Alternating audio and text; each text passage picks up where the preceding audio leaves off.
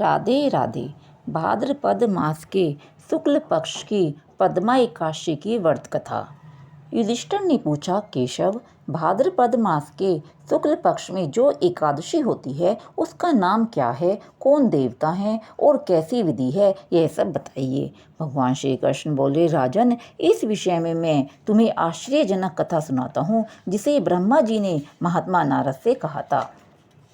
नारद जी ने पूछा, चतुर्मुख, आपको नमस्कार है। मैं भगवान विष्णु की आराधना के लिए आपके मुख से यह सुनना चाहता हूँ कि भाद्रपद मास के शुक्ल पक्ष में कौन सी एकादशी होती है। ब्रह्मा जी ने कहा, मुनि श्रेष्ठ, तुमने बहुत उत्तम बात पूछी है। क्यों न हो वैष्णव जो ठहरे। भादो के शुक्ल पक्ष की एकादशी पद्मा के नाम से विख्यात है। उस दिन भगवान ऋषिकेश की पूजा की जाती है और यह उत्तम व्रत अवश्य करने योग्य है। सूर्यवंश में मानधाता नामक एक चक्रवर्ती सत्य, प्रतिज्ञ और प्रतापी राशि हो गए हैं। वे प्रजा का और अपने पुत्रों की भांति धर्मपूर्वक पालन किया करते थे।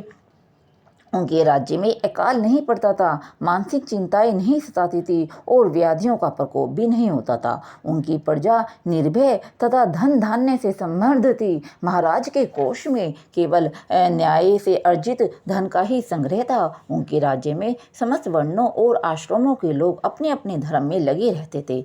मानधाता के राज्य की भूमि की कामधेनु के समान फल देने वाली थी। उनके राज्य करते समय प्रजा को बहुत सुख प्राप्त होता था। एक समय किसी कर्म का फल भोग प्राप्त होने पर राजा के राज्य में 3 वर्षों तक वर्षा नहीं हुई। इससे उनकी प्रजा भूख से पीड़ित हो नष्ट होने लगी। तब संपूर्ण प्रजा ने महाराज के पास आकर इस प्रकार कहा। प्रजा बोली, नरश्रेष्ठ, आपको प्रजा की बात सुननी चाहिए। पुराणों में मनीषी पुरुषों ने जल को नारा कहा है। वह नारा ही भगवान का अयन निवास स्थान है, इसलिए वे नारायण कहलाते हैं।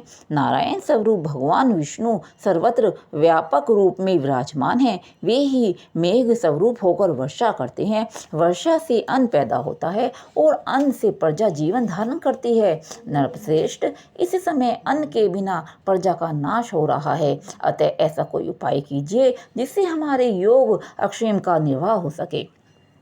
राजा ने कहा, आप लोगों का कथन सत्य है, क्योंकि अन्न को ब्रह्मा कहा गया है। अन्न से प्राणी उत्पन्न होते हैं और अन्न से ही जगत जीवन धारण करता है। लोक में बहुधा ऐसे सुना जाता है तथा पुराण में भी बहुत विस्तार के साथ ऐसा वर्णन है कि राजाओं के अत्याचार से प्रजा को पीड़ा होती है, किंतु जब मैं बुद्धि से विचार करता हूँ तो मुझे अपना किया हुआ कोई अपराध नहीं दिखाई देता। फिर भी मैं प्रजा का हित करने के लिए पूर्ण प्रयत्न करूँगा। ऐसा निश्चय करके राजा मानधाता इन्हें गिने व्यक्तियों को साथ ले विधाता को प्रणाम करके सघन वन की ओर चल दिए। वहाँ जाकर मुख्य मुख्य मुनियों और तपस्वियों के आश्रमों पर घूमते फिरे।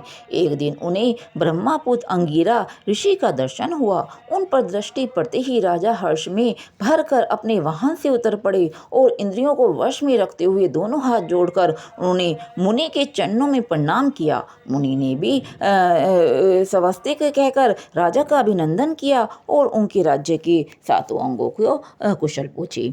राजा ने अपनी कुशल बताकर मुनियों के स्वास्थ्य का समाचार पूछा और मुनि ने राजा को आसन और अघर्य दिया। उनके ग्रहण करके के जब वे मुनि के समीप बैठे तो उन्होंने इनको आचमन का कारण पूछा। तब राजा ने कहा, भगवान, मैं धर्म के अनुकूल प्रणाली से पृथ्वी का पालन कर रहा था, फिर भी मेरे राज्य में वर्षा का अभाव हो गया। इसका क्या कारण है, मैं ये बात नहीं जानता। ऋषि बोले, राजन, यह सब युगों में उत्तम सतयुग है। इसमें सब लोग परमात्मा के चिंतन में लगे रहते हैं और इस समय धर्म अपने चारों चरणों से युक्त होता है। इस युग में केवल ब्रह्मांड ही तपस्वी होते हैं, दूसरे लोग नहीं। किंतु महाराज, तुम्हारे राज्य में यह शूद्र तपस्या कर रहा है, इसी कारण मेघ पानी नहीं बरसाती। तुम इसके प्रतिकार का यत्न करो जिससे यह अनावृष्टि का दोष शांत हो जाए। राजा ने कहा, मुनिवर, एक तो यह तपस्या में लगा है, दूसरे अपराधी भी नहीं है, अतः मैं इसका अनिष्ट नहीं करूँगा। आप कोई और उपाय बताइए। ऋषि बोले, राजन, यदि ऐसी बात है तो एकादशी का व्रत करो। भाद्रपद मास के शुक्ल पक्ष में जो पद्मा नाम की एक एकादशी है, उसी के व्रत के प्रभाव से निश्चय ही उत्तम वृष्टि होगी। नरेश, तुम अपनी प्रजा और परिजनों के साथ इसका व्रत करो। ऋषि का यह वचन सुनकर राजा अपने घर लौट आए और उन्होंने चारों वर्णों की समस्त प्रजाओं के साथ भादों के शुक्ल पक्ष की पद्मा एकादशी का व्रत किया। इस व्रत के प्रभाव से मेघ पानी बरसाने लगे, पृथ्वी जल से भर गई और हरी भरी खेती से सुशोभित होने लगी। उस व्रत के प्रभाव से सब लोग सुखी हो गए।